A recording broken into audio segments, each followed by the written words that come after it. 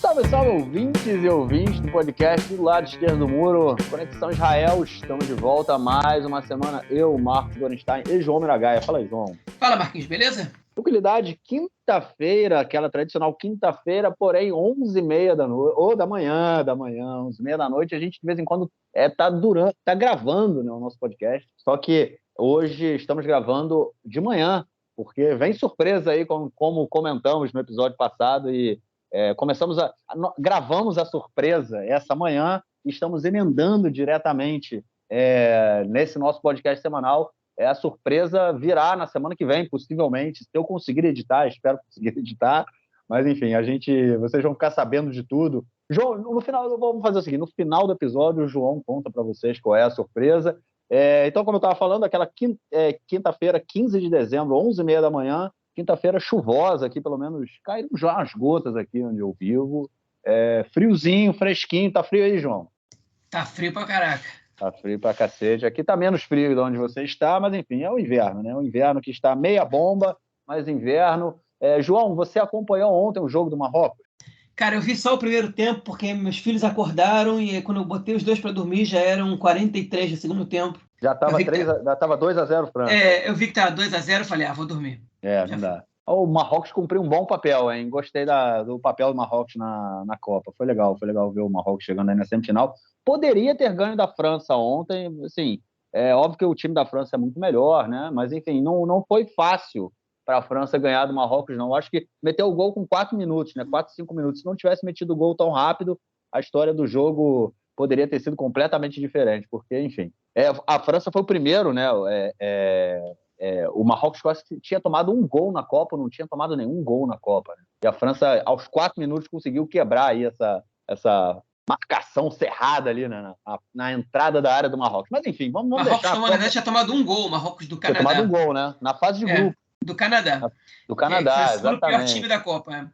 Por esse gol que o Canadá não foi o pior time da Copa. Só por esse gol. Se a gente tivesse feito esse gol, teria sido o pior.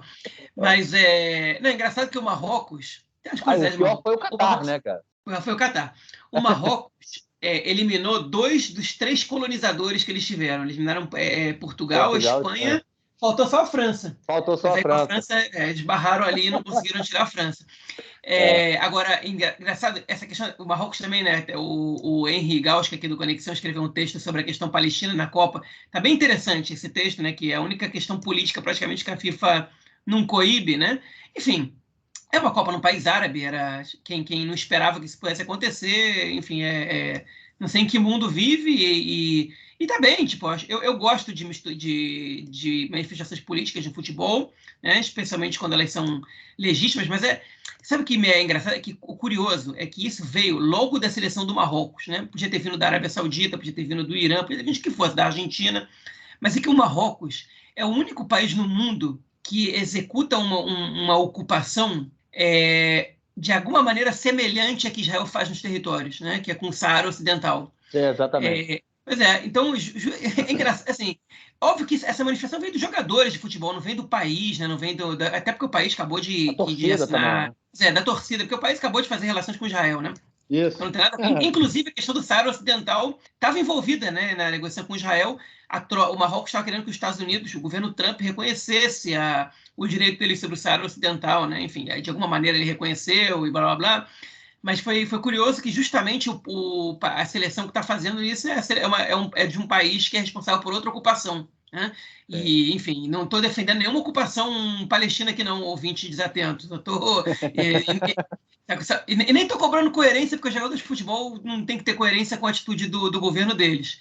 Só acho curioso de onde que isso veio. E também, recentemente, né, Israel e Marrocos assinaram acordos de normalização dos laços, né? Inclusive, comentamos disso, né, que um dos pedidos, né, do Aryeh Deri, né, a gente vai comentar nesse episódio, mas, assim, futuro ministro no Estado de Israel, um dos pedidos foi que o partido dele pudesse nomear, né, um embaixador em Marrocos, né? E, enfim, nesse momento todo, né, toda essa questão israelenses indo a Marrocos, voltando de lá, falando 1000 maravilhas, né? gostando e tudo mais, e a gente vê essa relação. Inclusive, muita gente não sabia o que fazer, né? Ficou meio bugada ali, tipo, torço pro Marrocos, e aí veio a bandeira da Palestina entre os torcedores, entre os jogadores. O nego não sabia muito para onde correr, ficou aquela, né, dá o choque, né? Bate dois neurônios, bate de frente ali, irmão, aí não tem para onde fugir. Mas é isso. Vamos lá, final da Copa do Mundo no próximo domingo. Vamos ver quem vem pela frente aí. Ou França ou Argentina, quem vai levantar a taça. Bom, vamos então passar para o nosso primeiro bloco para tratarmos do que interessa.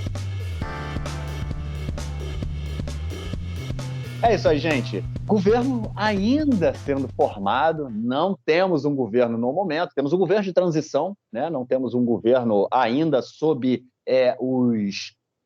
a batuta, vamos dizer assim, de Benjamin Netanyahu. Ele que achou que ia montar o governo em 2 semanas, rapidinho, aproveitando aí a euforia das eleições, não conseguiu fazer, até o momento ele não conseguiu, e o que a gente viu nessa última semana foi, vamos dizer, como é que a gente faz irritar em português? Espremer, né?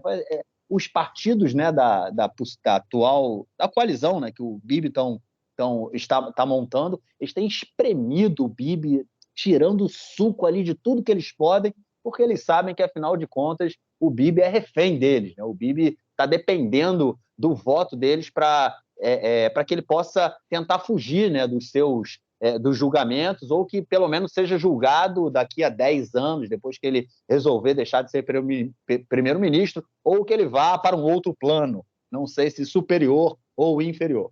Mas, enfim, todo mundo sabe que o Bibi é refém, e o Bibi está agindo como todo refém, ele tem que liberar tudo que os outros desejam. E essa semana a gente viu, né, o carro começou a andar, o governo, apesar de não ter sido empossado ainda, já começou a trabalhar para que isso possa acontecer. Isso porque, para que o acordo de coalizão seja assinado, algumas leis precisam ser aprovadas, modificando o funcionamento do próprio Estado. E a gente vai falar disso nesse episódio. O primeiro passo para que essas leis fossem aprovadas teria que ser a troca do presidente do parlamento, né, do Yoshev-Rosh HaKnesset, que até o momento era o deputado Miki Levy, né, do partido Yesh Atid, e agora, essa semana, ele foi trocado pelo deputado do Likud, Yariv Levin, que era meu vizinho, era na casa antiga onde eu morava. O Yariv Levin morava a, 200 metros onde eu morava. Ele já tinha sido presidente do parlamento.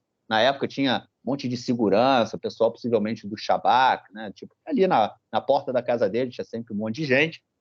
Acredito que volte, né, esse tipo de preparação aí, de preparativos de segurança para ele. Mas é isso, João. Yariv Levin, que não era um nome muito cotado, né, para assumir isso, para assumir esse cargo, né? Tinham outros nomes dentro do Likud disputando, até porque esse foi um dos últimos cargos aí que sobrou para ficar na mão do Likud.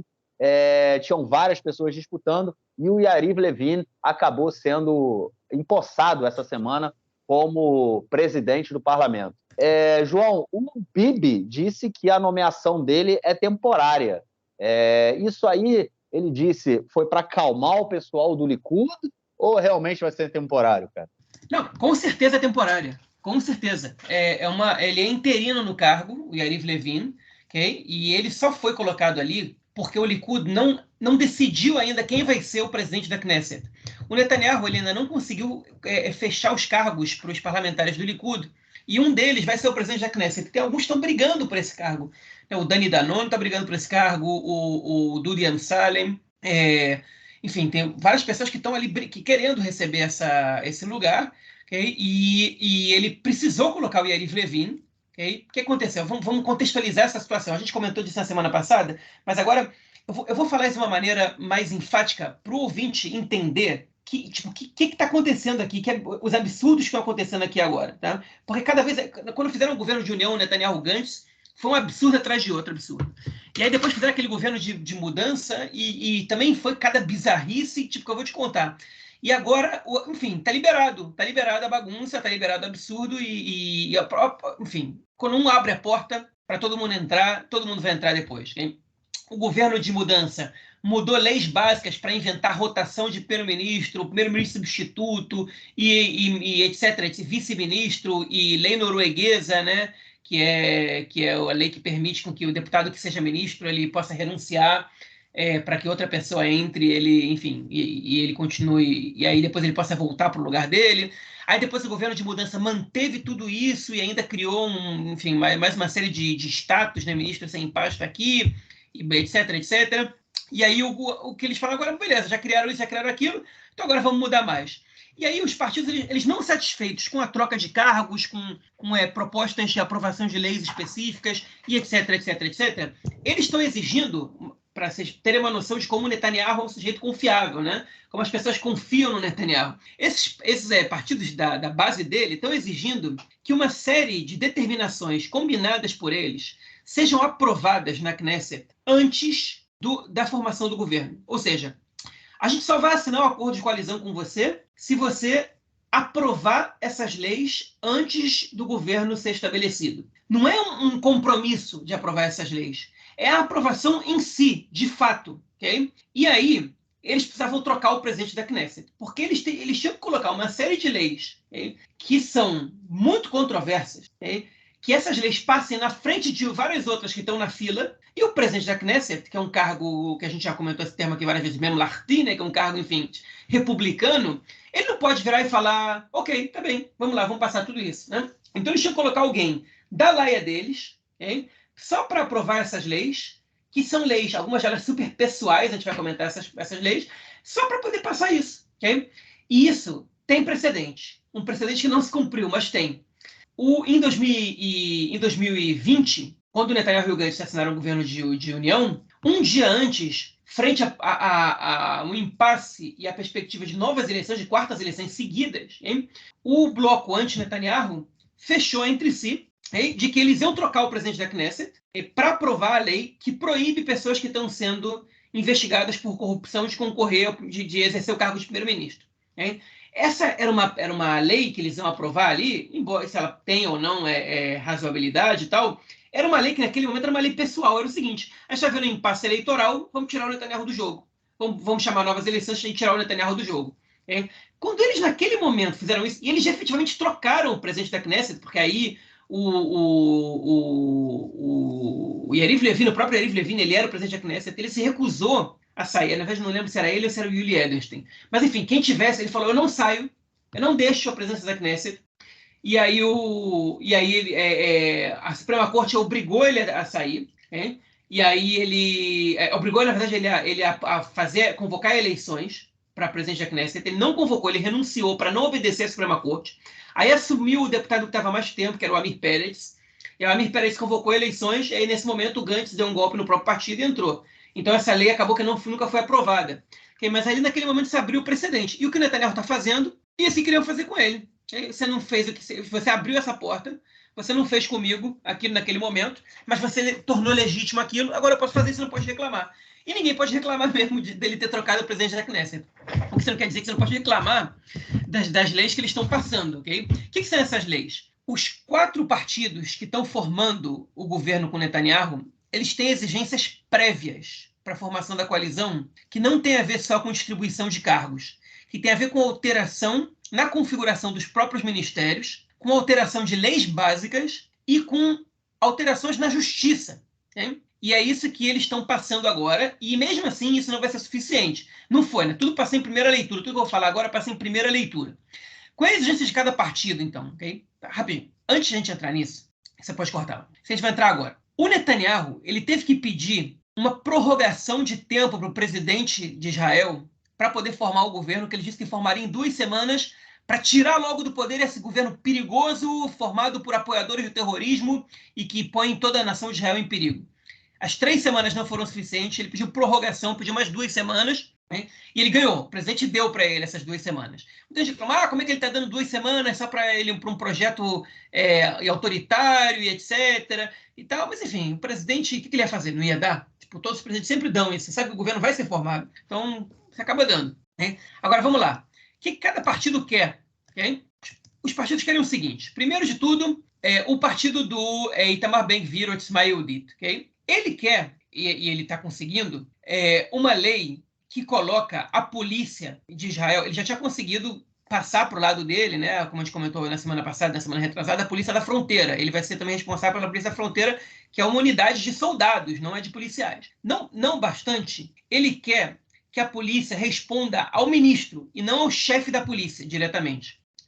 Qual é o argumento dele? É que a polícia, que esse ministério, ele é o único ministério em Israel que o corpo técnico responde a um técnico e não ao ministro. E o ministro não pode determinar a política do ministério. Okay? Olhando assim, faz sentido. Faz sentido. Quem determina a política do ministério é o ministro e não é o chefe da polícia. Okay?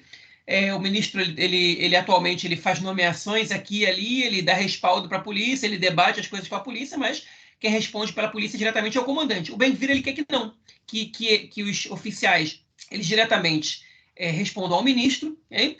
E que o ministro determine a política. É muito perigoso, okay? Por 2 fatores.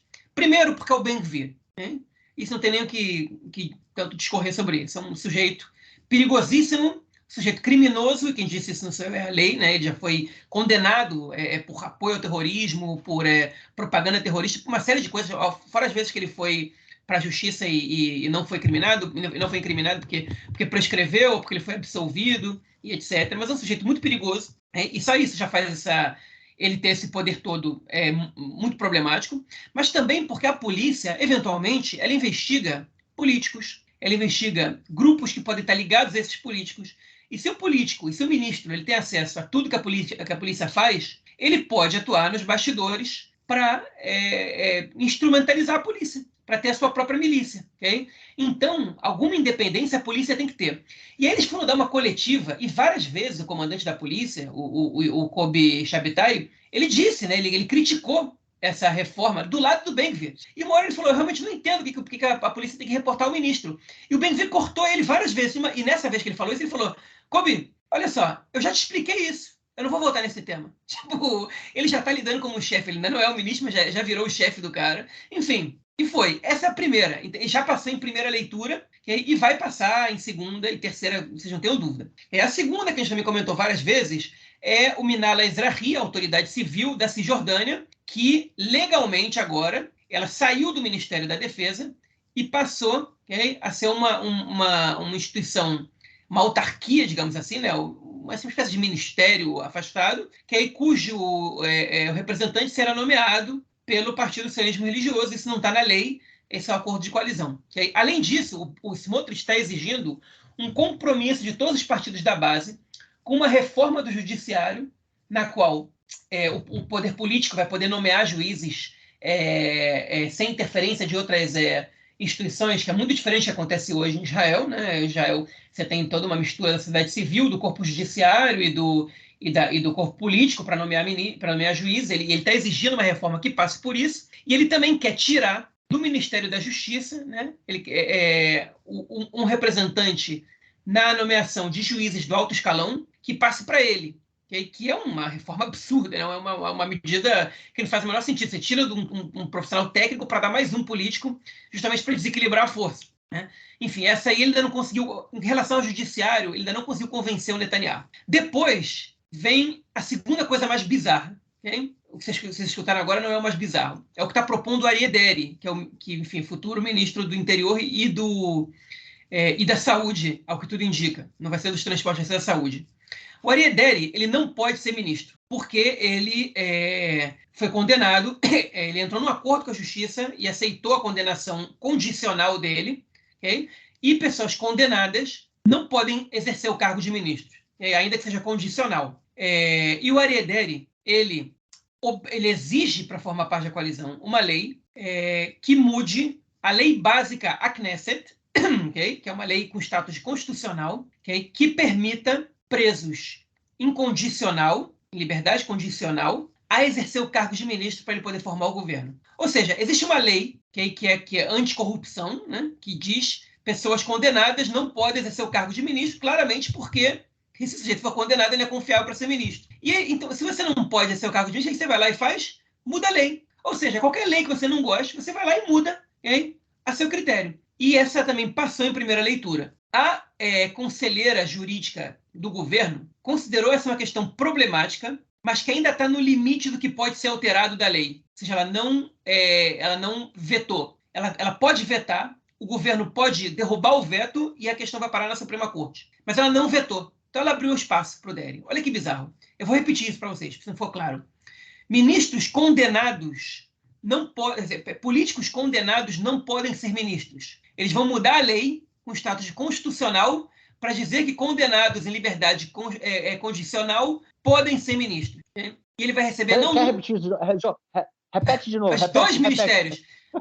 Eu vou repetir outra vez.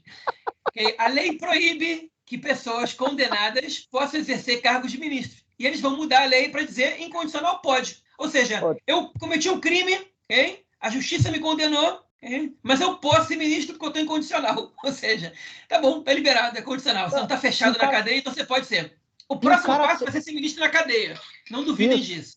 E o cara ele assinou esse acordo com a justiça, cara, tem 2, 3 meses, não é isso? Um pouquinho mais, tem uns 6 meses. Tem uns 6 meses. Mas então, tem isso, não tem nem um ano.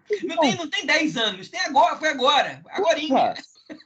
Irmão, é de uma cara de pau que não tem limite, né? Pois é, enfim. Vai. E como se não bastasse, ele vai ter 2 ministérios, okay? O Ministério do Interior e o Ministério da Saúde. Os profissionais do Ministério da Saúde já estão revoltados dizendo que eles precisam de um ministro que esteja expediente completo. O Ministério da Saúde é muito importante. Não pode ter um ministro no meio de expediente, ok? Mas ele vai ter os 2. E aí, depois de 2 anos, ele vai ser ministro do quê? Das Finanças. Um cara que foi condenado por corrupção, okay? Que é reincidente, diga-se de passagem. A primeira condenação dele, ele foi preso, okay? Por recebimento de suborno. Depois ele foi condenado de novo por sonegação e uma série de coisas. E vai ser ministro das Finanças, ok? Enfim, negócio bizarro. Mas esse não é o mais bizarro. O mais bizarro é o que ainda não passou. E eu espero que não passe. Okay? O Partido Judaísmo da Torá ele fez várias exigências, mas que ainda não foram à votação. Okay? Entre elas, estava a exigência de que Israel deixe de produzir energia no sábado, no Shabat. Okay? Não sei como vai armazenar, não sei como. O Netanyahu já disse que isso não vai acontecer e tal. Mas essa aí não. Mas parece que eles lançaram uma série de exigências para poder passar 2 exigências especiais deles, okay? Que é a lei do alistamento. Eles não estão satisfeitos com a medida atual de liberar a maioria dos membros de yeshivot, de academias rabínicas do Exército. Eles querem uma lei semelhante à lei Tal, que era uma lei que tinha anteriormente, que era uma lei temporária, né, que permita praticamente a isenção total de membros de alunos de yeshivot ao Exército. Okay? E eles também querem a retirada do Seif HaNehed, né, que é o versículo do neto, da lei do retorno, a gente falou sobre isso, que é a lei que permite qualquer pessoa que tenha um dos 4 avós judeus de fazer aliado, de tornar os imigrantes no Estado de Israel, com alguns benefícios. E eles estão cobrando... Deixa. Vai, termina eu fazer um comentário. Não é só um comentário, mas... Eles estão cobrando a retirada dessa parte, que só possa fazer aliar, só possa virar cidadão de Israel quem tem mãe judia ou quem é convertido por sinagogas ortodoxas. Okay? E isso... Tá? É o enterro final do sionismo. Tá? Isso é a morte do Estado hebreu, okay? Que é a ideia de que os judeus são um povo. Porque no momento que você transforma o status, né, de possível cidadão de Israel, né, enfim, na concepção alárrica, que é da lei religiosa judaica, você está transformando a ideia de que os judeus são um povo, de que o sionismo ele tinha uma razão de ser nacional, uma vez que quase todos os países do mundo aceitam netos, né, de cidadãos, também como pessoas que podem pleitear pela cidadania. Aí você está condicionando toda a perspectiva a uma perspectiva religiosa. E isso é o enterro final do sionismo. Isso vai dizer que já vai virar um estado de Alahá, um estado da lei religiosa? Não de uma hora para outra, mas é um passo. É um passo que se dá, que é difícil voltar atrás. O Likud está muito resistente a isso, não o Likud inteiro, mas parte do Likud, porque o Netanyahu sabe que isso é uma briga muito grande com os judeus de fora de Israel, né, da diáspora, e que essa briga ele não sabe se vai valer a pena comprar, porque isso pode determinar, enfim, que alguns grupos rompam com o Estado de Israel de todas as maneiras possíveis, e que influencia a doação financeira, que influencia o lobby judaico nos Estados Unidos, etc, etc, etc. Além do que isso desagrada parte da população israelense, né, que se enquadra nessas características. Isso ainda não passou. Okay? E eu não sei se isso vai passar. Eu espero muito que isso não passe. Okay? Mas essa é a situação que a gente está vivendo agora. Agora, faz teu comentário à vontade aí, Marquinhos. Não, Era mais um comentário, só que, enfim, lembrando do podcast, do episódio especial que gravamos ainda há pouco, de acordo com a lei do retorno, então o Lenin poderia fazer aliar, né, cara? Lenin poderia fazer aliar, o Marx não, né? Porque o pai do Marx se converteu e a lei do retorno passou por uma mudança que convertidos para outras religiões não poderiam. E o Trotsky podia, hein? Não, o Trotsky era judeu, né? Eu acho que era judeu. Trotsky judeu, aí pode. Enfim, né? Não só eles, né? Enfim, um monte de gente aí. É por isso que eles estão mudando a lei, eles não querem os comunistas aqui, cara. Enfim, agora, isso teria que ter sido feito antes, né? Mas há vários anos. Mas pois agora não, agora tem que ter mãe judia, né? Mãe judia ou convertido de acordo com a ortodoxia, isso aí é complicado. Bom, acho que é só isso. Acho que não, enfim, a gente tem comentado isso, né, nos últimos episódios, né? Eu acho que essas leis, né, que eles começaram a aprovar essa semana, né, porque as leis precisam ser aprovadas em três votações, né? E essa semana foi a primeira votação. E eles vão fazer isso tudo a toque de caixa, né? Tipo, sem nenhuma discussão mais profunda, sem a participação de membros da sociedade civil, de organizações da sociedade civil. É o toque de caixa mesmo, passando o rodo, né? Você, no início do seu comentário, me veio a fatídica frase lá daquele cara que foi, não sei nem ainda se é ministro ou se foi ministro lá do governo do fascista no Brasil, que era passar a boiada, né? É isso que eles estão fazendo, estão realmente passando a boiada. Eles trocaram o presidente do parlamento e agora estão aprovando essas leis aí que mudam completamente, né? Já mudam a característica de várias instituições do Estado, né? A gente ter o principal aparato de repressão do Estado, né, nas mãos, sob controle total do ministro, né, de um político, né, extremamente complicado, principalmente em função da questão de investigações sobre outros políticos e tudo mais, né? Assim, a gente viu completamente o fim de qualquer separação aí, de qualquer possibilidade de ter uma polícia minimamente independente, né? E vamos dizer assim, autônoma, né? Não concordo muito que isso aconteça, mas enfim, ainda tem, né? Afinal de contas, a polícia foi responsável por investigar o Netanyahu, né?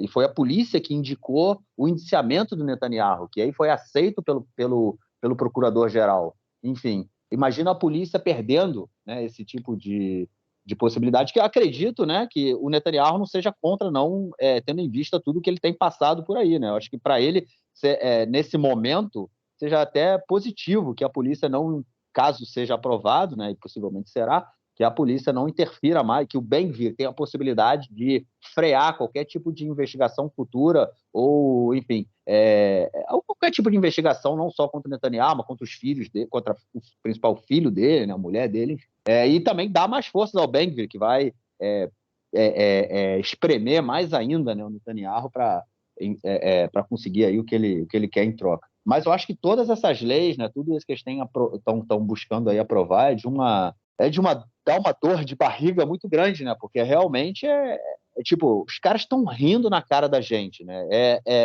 Mais um exemplo de como usar a democracia para acabar com a própria democracia, né? A gente tem visto esse tipo esse caso, né, acontecendo em vários lugares do mundo, né? Nos Estados Unidos, na Hungria, na Turquia, no Brasil, enfim, aqui também não está sendo diferente. Na verdade, nós estamos nos aproximando mais ainda do modus operandi dos outros países aqui do Oriente Médio, no que diz respeito ao controle, a falta de independência dos órgãos repressivos do Estado, né? A falta de independência do próprio sistema judiciário, que é isso que essa nova coalizão aí busca também. Enfim, o controle total, né, do Estado por determinados grupos políticos, sem que haja a possibilidade de disputa e discussão de quem está na oposição e não concorda com eles. Tempos sombrios vindo por aí. É isso. Vamos, então, ao nosso próximo bloco para tratarmos de outras notícias que achamos que não cabiam nesse bloco que estamos terminando agora. Bom, a primeira notícia desse bloco é sobre o Jair Netanyahu. É isso aí, o nosso Jair, ou Yair, para quem gosta do nome em hebraico, que ele é processado várias vezes, né? Enfim, sofre processos e processa também. Ou como disse aquela jornalista Dana Weiss, né? Foi captado num estúdio, né? Ela chamando ele de Yeled Kaka, né? O menino cocô. Ele é simplesmente vamos dizer assim, ele é o Carluxo, né, da política israelense, né? O cara que é o comandante do gabinete do ódio, é o cara que espalha fake news, que apoia ditadores pelo mundo afora. Ele está pedindo aí, João, para o Estado pagar uma indenização aí. É brincadeira. O Estado não paga o suficiente para ele, a sua mãe e o seu papai viverem com todos os luxos e todos os trambiques que eles têm feito por aí. Agora ele quer que o Estado pague mais uma indenização, né, cara? Essa história é muito engraçada. Por quê? O que aconteceu? Na verdade, a gente esqueceu de comentar. A gente comentou umas edições atrás, não me lembro quando, sobre o processo que o Olmert ele moveu contra a família Netanyahu, né? A família Netanyahu moveu contra o Olmert porque ele foi não sei, de difamação, injúria, sei lá, calúnia. E aí o Olmert tinha chamado eles de doentes mentais, e eles foram para uma audiência para provar que eles não eram doentes mentais, que foi um negócio bizarro que a gente comentou aqui, mas enfim. Olmert perdeu aquele processo, teve que pagar, se não me engano, acho que 40 e poucos mil shekels para a família Netanyahu. Agora, essa audiência, o Yair Netanyahu ele teve que pagar para o ex-diretor do site Walla, não sei que lá, Al-Khalai, o nome dele, já vou dizer para vocês aqui, mas ele foi condenado a pagar, Avi Al-Khalai, ele foi condenado a pagar para esse sujeito 400 mil shekels, ok? Que é muito dinheiro. 400 mil shekels é uma boa grana. Estamos falando de 120 mil dólares, né? Não é brincadeirinha, não. Uns 600 mil reais, mais ou menos. Pois é, nessa faixa aí. Enfim, e ele está querendo que o Estado pague. Ele disse que a responsabilidade é do Estado. Que o processo foi por injúria e difamação também. Então, por que o Estado tem que pagar? Porque ele morava na residência oficial do primeiro-ministro. Por que caralho ele morava lá? Eu não sei. Tipo, ele já tem mais de 30 anos, né? Que em Israel é muito difícil você ver um cara de 30 anos que mora com os pais. Já não é fácil no Brasil. 30 anos que mora com os pais, impossível. E o sujeito tem, tipo, morando na casa dos pais, alega que a intimação judicial, um funcionário não lhe deu a tempo de poder preparar a defesa e por isso ele recebeu essa condenação. Entende? Então, ele entrou com uma ação contra o Estado para o Estado pagar enfim, a indenização que ele tem que pagar para o Avi Al-Khalai. Ou seja, a culpa é de vocês. Se eu tivesse defendido bem, eu não teria que pagar isso. A gente vai ficar sempre essa dúvida aí e eu não recebi isso. Não sei se tem como ser provado, né, que ele não recebeu isso a tempo. Okay? Agora, só o fato dele morar na casa dos pais e estar reclamando do funcionário do Estado é muito ridículo. Mas é muito ridículo. Enfim, ele não tinha que depender de funcionário do Estado nenhum. Ele tinha que estar morando na casa dele. Né? E se ele está morando lá é porque ele quer. Entendeu? Então, enfim, ele tem que estar ligado nas coisas também. Né? Ele vai ficar esperando que o funcionário entregar a cartinha para ele, entendeu? E mesmo que fique esperando, vamos supor que isso faça sentido. Ele não tinha que estar morando lá. Tipo, ele não tem que estar reclamando disso. Ele não era o primeiro-ministro. Né? O primeiro-ministro pode reclamar, pô, a carta não chegou até mim, né? Essa é a minha residência e os caras estão trabalhando para mim. O filho dele, maior de idade, não tem que reclamar disso. Enfim, o juiz não apreciou a causa, mas eu espero muito que essa causa seja indeferida aí, que ele tenha que pagar essa indenização, porque é ridículo o que ele está propondo, o que ele está pedindo. Jair, é isso aí. Como diria o Silas Malafaia, não é isso? Jair, é isso aí. Bom, vamos então à nossa próxima notícia do bloco, que é sobre...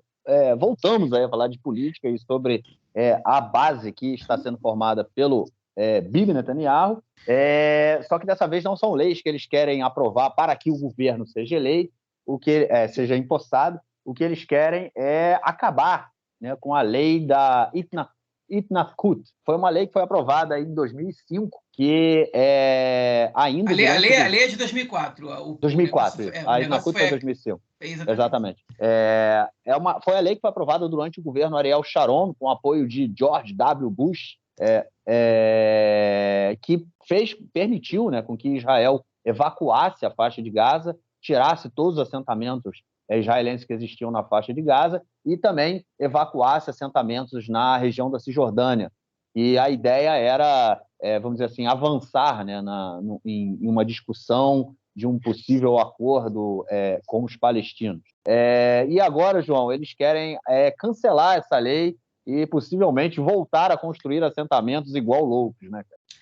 Assim, é difícil que eles construam alguma coisa na faixa de Gaza, né? Porque Isso a Ignat-Kut, né, o plano de desconexão, ele previa a desconexão total da faixa de Gaza de 4, na verdade, assentamentos na região da Samária, que é o norte da Cisjordânia, né? E um deles por exemplo, é Homs, que está nessa eterna briga aí, que hoje em dia tem o Yeshivá, enfim, que eles não querem evacuar, e que a justiça mandou, e que o Benny Gantz falou que naquele momento não era bom, e até agora não foi evacuado, e daqui a pouco eles vão... E aí, o que acontece? Alguns parlamentares estão se juntando para cancelar a lei da desconexão. Cancelar a lei da desconexão diz o quê? Que vai poder voltar a construir na faixa de Gaza? Sim, mas não quer dizer que vão construir lá.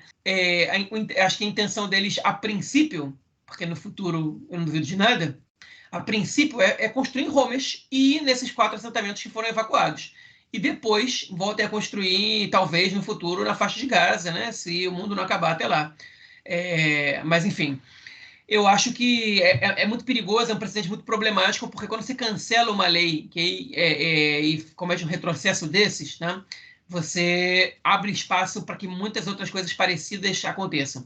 E eu falo abertamente de retrocesso em todos os aspectos. Mas hoje em dia cai mais foguete de gás em Israel do que antes da desconexão. Sim, mas tem outros vários fatores que estão envolvidos nisso. Aqui morre muito menos gente, né?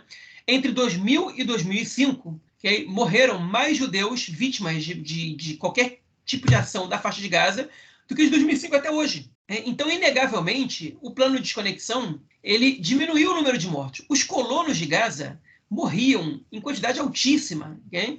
E as pessoas esquecem disso. Os próprios ex-colonos esquecem disso. Então, enfim, seria um retrocesso muito grande, mas não só em Gaza. Nesses lugares que eles evacuaram da Cisjordânia também, até porque a desconexão mostra que é possível evacuar. Muita gente duvida, não dá para evacuar, é muita gente e tal. Dá sim, de pouquinho em pouquinho você consegue evacuar. Né? Talvez em alguns lugares realmente não vale a pena, né? Financeiramente falando, você possa trocar territórios aqui e ali, em vez de evacuar, mas dá. Aí tá aí a prova, ok? Então não dá para cancelar. Se cancelar, as pessoas vão negar, mas cadê os evacuados? E não tem. Enfim, até tem. Os de Gaza não vão voltar tão cedo. Mas é um retrocesso. Seria um retrocesso muito, muito grande, muito ruim. E, enfim, eu não gostaria de ver isso acontecendo. Eu só acho que, assim, obviamente, é um retrocesso, né, mas todos esses argumentos, né, que são utilizados, saímos de Gaza e foguetes caem aqui a todo custo.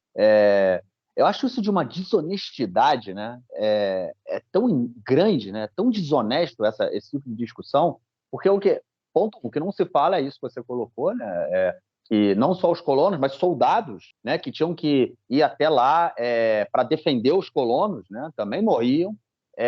E lembrando que a primeira intifada começou em Gaza, né? Começou por conta de um atropelamento de um palestino por um colono enfim, há quem diga que o atropelamento foi um acidente, há quem diga que não foi acidente, e a primeira intifada ela estoura a partir daí, né? Foi ali a gota d'água para o início das violências. Agora, o que não se fala e que assim, essa para mim é a desonestidade maior, a lei dessa lei da evacuação, né, de 2005, de 2004, ela foi uma lei unilateral. Ela não foi uma lei que foi discutida com a autoridade palestina. Não a lei, né? O processo de evacuação não foi discutido com a autoridade palestina. Então a gente tem que pensar que sair da faixa de Gaza é simplesmente deixar um vácuo político. Só que vácuo político não existe, né? A saída de Israel unilateral, ela tirou a força ocupante, que era a força governante, né? Era a força que gerenciava ali toda a região, e como na política não existe vácuo, e como Israel não negociou com a autoridade palestina a evacuação, quem entrou no local foi o Hamas, que era a força política forte ali na região. Israel sabia que isso ia acontecer, todo mundo sabia que isso ia acontecer, que isso, na verdade, foi amplamente discutido na mídia israelense na época, eu me lembro de ter acompanhado, e essa discussão surge, né? Volta e meia, alguém é desonesto nesse sentido de falar, caía foguete, agora caem foguetes como não caía antes, né? Sempre esse argumento aí, ele é usado muitas vezes. Agora, não se fala que a política israelense foi errada, não no sentido de sair, obviamente que deveria ter saído de Gaza, mas a forma como foi feita, né? Jogou-se simplesmente na mão do Hamas, né? Um grupo que a gente sabe, né, como funciona, toda a responsabilidade sobre a região. Né? Falou assim, agora a gente fechou a porta aqui, trancamos, demos a chave para o Hamas. Foi isso que Israel fez. Então, colocar, né, ir contra a lei ou qualquer processo de evacuação por conta do que aconteceu em Gaza, de uma política errada israelense, é simplesmente assim, de uma desonestidade sem fim. Mas, enfim, né, o que esperar de pessoas que, para que o governo seja formado, mudam completamente a forma, né, mudam leis para que possam se adequar aí às suas exigências absurdas e antidemocráticas. Né? Nada, não surpreende que esse tipo de argumento seja utilizado aqui pelos setores aí conservadores e retrógrados, né? Extremamente retrógrados da sociedade israelense. É isso. Vamos, então, ao nosso próximo bloco, para a gente ouvir o comentário do camarada Nelsinho Burdi, que, apesar de ser 12h15 da quinta-feira, já me mandou o seu comentário. Na verdade, ele mandou o comentário às 8h20 da manhã. Fala aí, Nelsinho. Meu caro Góres, tem amigos do Conexão Israel do lado esquerdo do muro. Mandar um abraço para o João, que está chegando ao fim a sua atenção com a Copa do Mundo. É isso aí. E logo depois começa a festa de Hanukkah, que é a festa preferida do João, em que o João come os sonhos, a sufganioto. Ele compra a sufgania sem recheio nenhum, corta em casa e enche de doce de leite. Façam como o João, comprem os sonhos baratinhos, sem recheio, e em casa botem bastante doce de leite ou o recheio que vocês quiserem. É isso aí. Liga Israelense de Basquete Masculino teve uma surpresa. Semana passada nós falamos que o campeão Bnei Herzliya estava na lanterna, pois o Lanterna ganhou do líder. O Bnei Herzliya ganhou do Maccabi Tel Aviv 98-93, um jogão de basquete. Vitória do Bnei Herzliya, que saiu da lanterna, agora é o vice-lanterna, e o líder Maccabi Tel Aviv, com a derrota, caiu para a segunda colocação. Hoje o primeiro é o Hapoel Tel Aviv. O basquete também é uma caixinha de surpresas. É isso aí, um grande abraço. Valeu, mestre, brigadão, e pode mandar na semana que vem cedo de novo, que vai ser incluído, cara, vai ser incluído no nosso episódio. João, algo mais a declarar ou a gente fica por aqui, então, cara? Então, ficamos por aqui, deixando aí os ouvintes à espera. Teremos uma surpresa na semana que vem, okay? Mas se eu falar, vai deixar de ser surpresa. Então, o João não vai falar. Porque a gente quer manter a surpresa. É isso, gente. Voltamos, então, na próxima semana, já com o novo, né, campeão mundial aí da Copa do Catar, e com possivelmente não sei nem mais o que esperar do próximo episódio, João. Só espero que a gente ainda possa gravá-lo. Talvez tenha governo. Talvez tenha governo. É isso, cara. Forte abraço, então. Abraço, até mais. Valeu.